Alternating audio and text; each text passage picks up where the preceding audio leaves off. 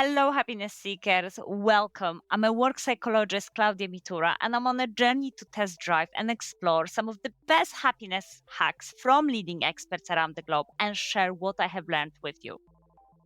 This is a bonus episode because in the previous episode of Unhappiness, I discussed the topic of uncertainty.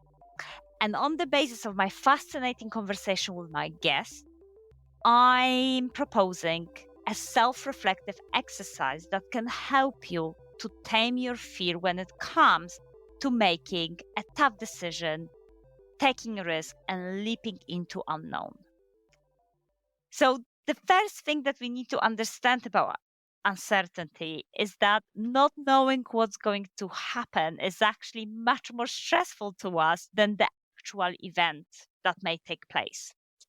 So when we're dealing with challenges, we will utilize our resilience. We know what we're dealing with and we go into action mode. But with uncertainty, when we're trying to make the best possible decision, when we're trying to take a calculated risk, we simply don't know what's going to happen. And that limbo state is very stressful for us. There are two reasons why. First of all, uncertainty is often vague. We get stressed and anxious about many potential scenarios, but of course, we don't know which scenario, if any, will come true. And secondly, we tend to focus on the potential risk and obstacles because rightly we're trying to protect ourselves from any harm, rejection, embarrassment, shame. So we think about everything that could possibly go wrong and think about, okay, let me try to prevent all of this happening. So in this quick bonus episode, I'm proposing a 5-step process that can help you to reduce your level of fear when it comes to making a tough decision, leaping into unknown, or simply taking a risk. You will need 5 sheets of paper for this exercise. And I found it quite uncomfortable in the beginning, but then we ending up on a positive note. So just follow this with me, and I'll be using my personal example to illustrate it of how this can work in practice. Hope you are excited and slightly nervous. So here we go. Uncertainty and happiness, how we can help you to tame your fear. Step 1, be specific. What are you afraid of? Write down specifically on one piece of paper, what if it doesn't work scenario, but try to be very specific. So my personal example here is that I'm currently struggling with my fear to actually go out there, put myself forward and pitch my book to publishers. So on the basis of End Happiness podcast, I'm writing a book all about the science of happiness. And I found the creative process very exciting, but I'm now thinking that I need to pitch it to publishers. And I found that terrifying. I'm not sure if that's the best way to do it. I'm not sure what is the best way to actually pitch it. And I have lots of anxieties going in my head. So, step 1, I would be writing specifically that when it comes pitching to publisher, my biggest fear is what if I make it completely wrong? What if I blow my chance and get rejected? So, what I'm specifically afraid of is that when I'll make the pitch to the publisher, I'll make it completely wrong.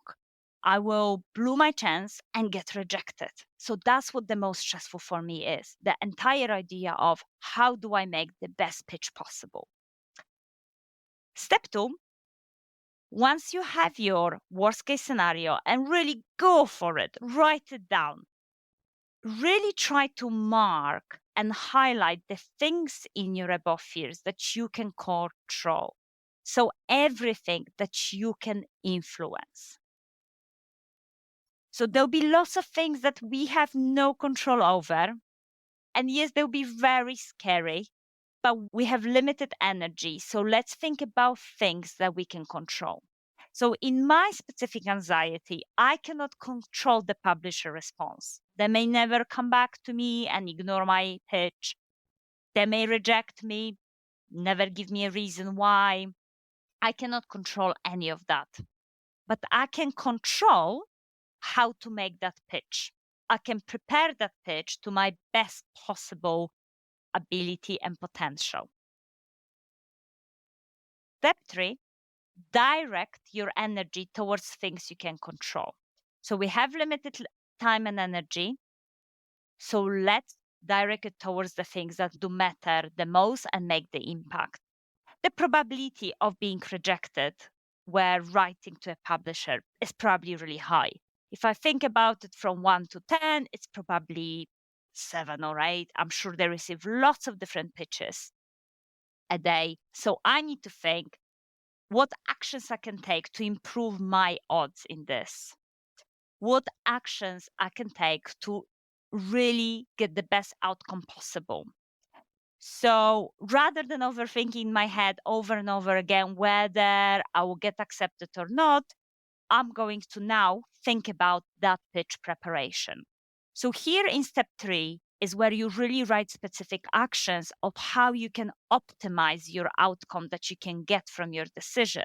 So I could write things like, I can ask someone who has done that before and ask them about their advice or ask them to review my pitch. I can learn and get some information from books and courses on how to write that pitch. So already 2 very different ideas, one about learning, one about asking for advice, but it's very specific rather than very specific actions that I can take to help me to direct my energy towards the best possible outcome. Step 4, manage your fear. So this is about understanding that not making a decision is already a type of decision. So if we're staying in the current situation, we're deciding not to leap into unknown, we're losing and gaining something, and it is a type of decision. So I've been personally procrastinating with writing my pitch because once I write it, I know I need to submit it, and that scares me. So what am I gaining by not moving forward with the pitch? Where probably I'm gaining that I don't have to deal with any rejection. Great. I don't have to go through rejection. I don't want to go through this state of, oh my goodness, will I receive response or not? Fine. So there'll be lots of negative emotions I don't have to go through.